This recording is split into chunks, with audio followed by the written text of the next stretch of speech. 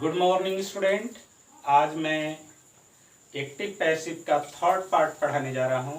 दो पार्ट में मैं पास्ट परफेक्ट तक बता चुका हूँ और थर्ड पार्ट में मैं आपको फ्यूचर इंडेफिनिट और फ्यूचर परफेक्ट के बारे में बताऊँगा। एक बात और जो बतानी ज़रूरी थी वह यह है कि प्रेजेंट परफेक्ट कंटिन्यूअस का, पास्ट परफेक्ट कंटिन्यूअस का, फ्यूचर परफेक्ट कंटिन्यूअस का पैसिव वॉइस प्रचलन में नहीं है, मतलब सामान्यतया उसको नहीं बनाया जाता है। फ्यूचर कंटिन्यूअस टेंस का भी पैसिव नहीं बनाया जाता है। इस चीज़ को ध्यान रखिएगा, उसी के आधार पे मैं इसको बताया हूँ। और आइए हम आज फ्यूचर इंडेफिनिट के बारे में जानते हैं कि उसको कैसे पैसिव में हम बदलते हैं। देखेंगे, the postman will deliver the letter. The letter यहाँ पे ऑब्जेक्ट है जिसको हम लोग पहचान लिए कि लेटर इसमें ऑब्जेक्ट है। लेटर को शुरू में लिखना, ऑब्जेक्ट को शुरू में लिखना रहता है, तो मैंने यहाँ लेटर लिख दिया। अब नियम कहता है कि shall be subject plus shall be will be plus V3 passive present future indefinite के पैसिव बनाने का यही स्ट्रक्चर है। तो यहाँ पे द लेटर के साथ हम शैल बी नहीं लगाएंगे, विल बी लगाएंगे, क्योंकि हम जानते हैं थर्ड पर्सन सिंगुलर नंबर के साथ हम विल बी का प्रयोग करते हैं। The letter will be, the letter will be delivered, D-E-L-I-V-E-R-E-D,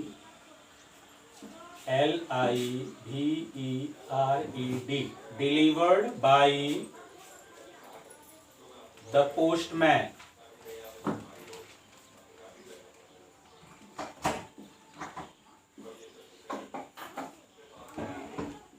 ध्यान से देखिए, हमारा सेंटेंस था the postman will deliver the letter. Postman letter को डिलीवर कर देगा। तो यहाँ पे द लेटर हमारा ऑब्जेक्ट है, इसको हमने सब्जेक्ट बनाया। और हम जानते हैं कि शैल बी और विल बी का प्रयोग करते हैं, तो यहाँ पे हमने विल बी का प्रयोग किया। डिलीवर को मैं इसका थर्ड फॉर्म लिखा, तो ये डिलीवर्ड हो गया। उसके बाद बाई का प्रयोग किया और यहाँ पे जो सब्जेक्ट है उसको ऑब्जेक्ट के रूप में प्रयोग किया। नेक्स्ट एग्जाम्पल है ही विल टीच मी, वह मुझे पढ़ाएगा। इसको क्या, इसमें भी हम सब्जेक्ट को देखेंगे, सब्जेक्ट को शुरू में लिखेंगे। तो यहाँ पे सब्जेक्ट मी है जो ऑब्जेक्टिव केस में है, तो यहाँ सब्जेक्ट को हम लोग ऑब्जेक्ट को सब्जेक्ट बनाते हैं। तो जब इसको सब्जेक्टिव केस में लाएंगे जो होगा आई, आई के साथ हम लोग जानते हैं कि शैल बी का प्रयोग होता है, शैल का प्रयोग होता है।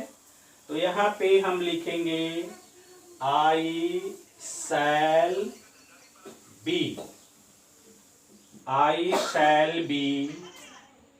टीच का teach, taught taught, third form लिखेंगे I shall be taught, I shall be taught.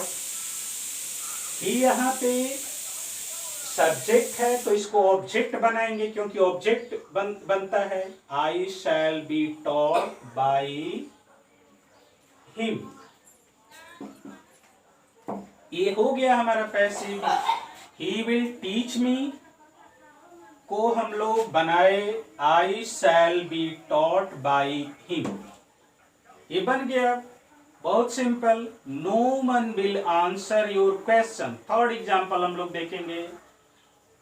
ये सेंटेंस फ्यूचर इंडेफिनिट में है और फ्यूचर इंडेफिनिट के पैसिव को हम लोग कैसे बदलते हैं इसको जानते हैं। एक और चीज मैं आपको बताना चाहूंगा, जो बताना यहाँ पे जरूरी है। इंडेफिनिट प्रोनाउंस जो होते हैं उनका हम एजेंट के रूप में प्रयोग नहीं करते हैं। माने बाई जो हम कह रहे हैं, बाई मी, बाई हिम, उसी तरह by everybody, by nobody, by anyone, by people, ये सब हम नहीं करते हैं। ये ध्यान रखना होगा। एजेंट के रूप में पीपल का प्रयोग नहीं होता है, पीपल का प्रयोग नहीं होता है। एवरीबडी, नोबडी, एनीबडी, समबडी, ये इंडेफिनिट प्रोनाउंस हैं। ये जब सेंटेंस में आएंगे तो हम उनका एजेंट के रूप में प्रयोग नहीं करेंगे। एजेंट के रूप में प्रयोग नहीं करने का मतलब है बाई के बाद उनका प्रयोग नहीं करेंगे, उसको छोड़ देंगे, उस सेक्शन को। इस एग्जाम्पल में हम इसमें हम देखेंगे नोबडी विल कैच यू। यहाँ पे नोबडी है तो नियम कहता है कि सब्जेक्ट ऑब्जेक्ट बन जाता है। तो यहाँ पे हम देखिए कैसे बदलते। पहले ऑब्जेक्ट को सब्जेक्ट बदलते हैं, तो यू का सब्जेक्ट भी यू होगा, तो हम यहाँ पे लिख देते हैं यू। यू के साथ विल भी लगता है, you will be.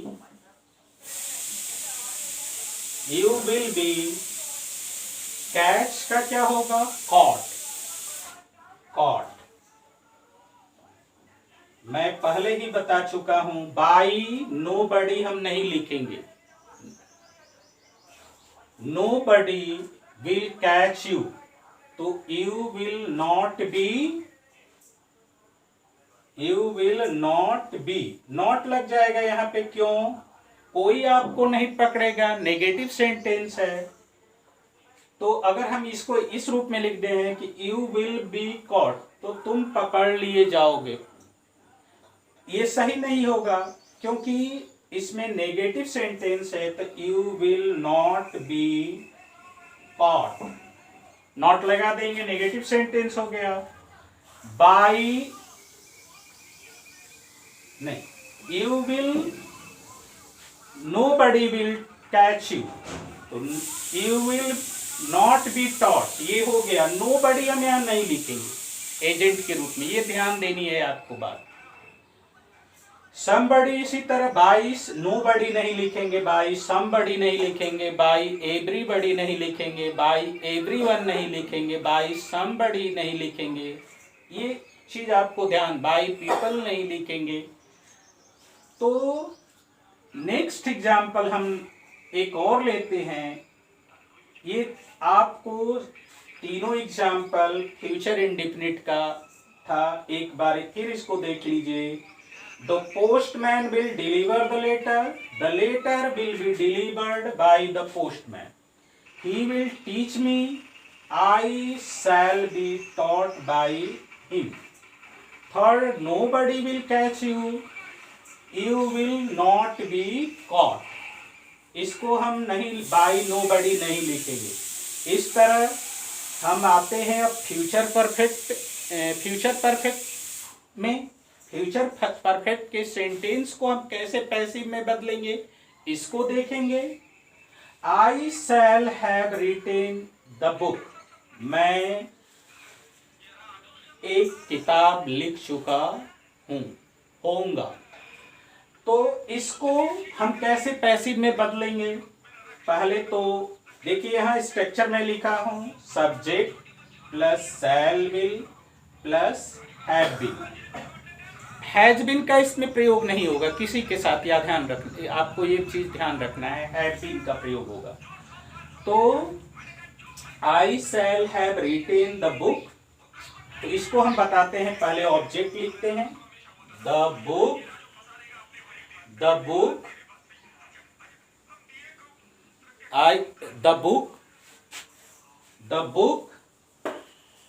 Will have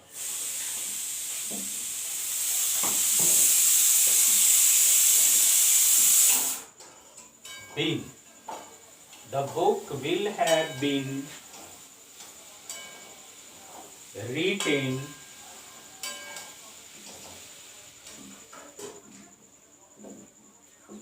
the book will have been written by me। ध्यान देना है, I shall have written the book, the book will have been written by me. मैंने कुछ नहीं किया है, क्या किया हूं, ध्यान से रखिएगा। पहले ऑब्जेक्ट द बुक को मैं पहले लिखा हूं। नियम कहता है कि विल हैव बीन और शैल हैव बीन का प्रयोग किया जाता है। द बुक के साथ शैल हैव बीन का प्रयोग नहीं करेंगे, विल हैव बीन का प्रयोग करेंगे। तो जो नियम कहता है कि विल हैव बीन, तो उसी को मैं यहाँ लिख दिया हूँ, विल हैव बीन। क्रिया का थर्ड फॉर्म लिखते हैं, तो इसको मैंने वर्ब का थर्ड फॉर्म लिख दिया है, रिटेन बाय मी।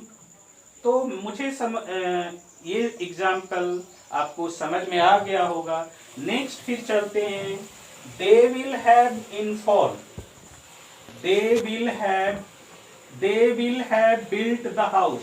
इसको हम लेते हैं, they will have built the house, इसको छोड़ देते हैं, incomplete. They will have built the house, इसको हम कैसे पैसे में बदलेंगे।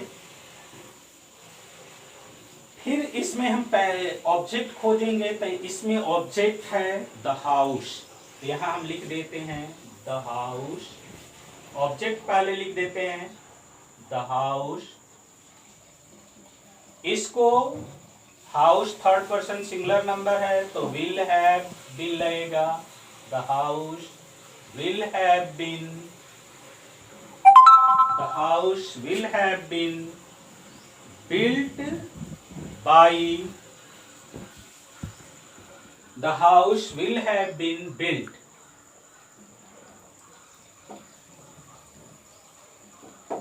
बाय देम क्यों नहीं मैं लिखा हूं, मैं पहले ही आपको बता चुका हूं कि एजेंट का प्रयोग तभी किया जाता है जब इसकी आवश्यकता हो। अर्थ की स्पष्टता के लिए, मीनिंगफुल सेंटेंस के लिए हम एजेंट का प्रयोग करते हैं। लेकिन अगर एजेंट का प्रयोग बिना एजेंट के प्रयोग के ही सेंटेंस मीनिंगफुल हो, तो हम उसको नहीं लिखते हैं। They will have built the house, तो दे को हम यहाँ पे हटा देते हैं, the house will have been built, घर बनाया जा चुका रहेगा। तो इसको हम, अर्थ हमारा स्पष्ट हो गया, तो इसमें दे को हटा देंगे। अगर लिख भी देंगे तो यह अनावश्यक होगा। तो फिर एक बार हम इस एग्जाम्पल को लेते हैं,